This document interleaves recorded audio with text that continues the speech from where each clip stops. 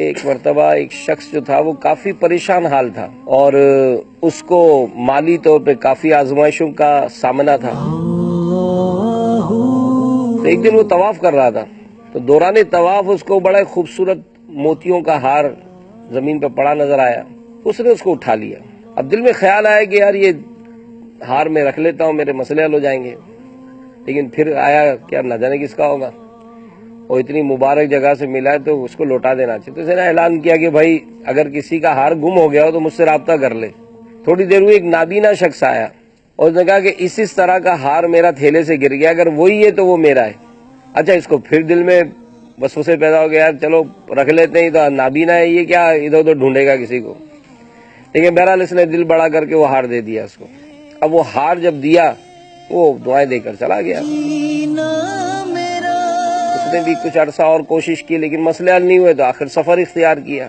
پھر ایک مقام پہ جا کے اس نے سمندر کا سفر اختیار کیا. بہت دور کہیں کشتی کا سفر کر کے یہ جزیرے پر اتر گیا. اب جزیرے پر جب اترا تو وہاں آبادی کی طرف جب روانہ ہوا تو ایک مسجد نظر آئی. اندر داخل ہوا، قرآن کی تلاوت کرنے لگا. تھوڑی دیر بعد جب نماز کا وقت ہوا تو نمازی آ گئے، امام صاحب نہیں تھے. تو لوگوں نے اس کو اشارہ کیا کہ بھائی آپ نماز پڑھا دیں. اس نے آگے بڑھ کے نماز پڑھا دی.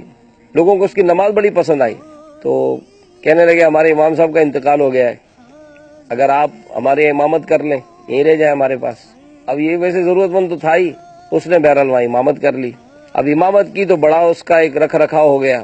کچھ عرصے بعد اس نے بچوں کو پڑھانا شروع کیا تو یوں بڑے جزیرے میں یہ بڑا مشہور ہو گیا. تو ایک مرتبہ کچھ بزرگ نمازی آئے اس کے پاس اور کہنے لگے کہ ہمارے جزیرے میں ایک لڑکی ہے جس کے ماں باپ کا انتقال ہو گیا ہے، آپ ایسا کریں اگر اس سے شادی کر لیں تو آپ کا بھی گھر آباد ہو جائے گا، وہ اس کا بھی گھر آباد ہو جائے گا. اس نے کچھ سوچا اور حامی بھر لی، شادی ہو گئی.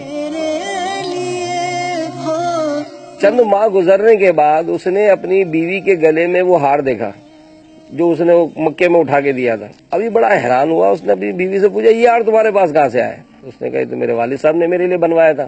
کہا اچھا، تمہارے والد صاحب نابینا تھے؟ کہا. تمہارے والد صاحب چند سال پہلے حج پہ گئے تھے؟ کہا. پھر اس نے سارا واقعہ سنایا. اس طرح سے ہار مجھے ملا تھا اور میں نے آپ کے والد صاحب کو اٹھا کر دیا تھا. وہ خاتون نے جب یہ واقعہ سنا تو خوشی سے اچھل پڑی اور کہنے لگی کہ آپ دونوں کی دعائیں قبول ہو گئیں. تو کیا مطلب؟ کہا کہ آپ دعا کرتے تھے کہ اللہ آپ کو روزی دے، آپ کا گھر آباد ہو، تو آپ کو روزی بھی مل گئی، آپ کا گھر بھی آباد ہو گیا. میرے والد صاحب جب واپس آئے تھے تو آ کر دعا کیا کرتے تھے کہ یا اللہ مکے میں جو نیک نوجوان ملا تھا ایسا نوجوان مجھے ملا دے تاکہ میں اپنی بیٹی کی شادی کر دوں. اللہ اللہ، نیکی ضائع نہیں ہوتی. سبحان اللہ.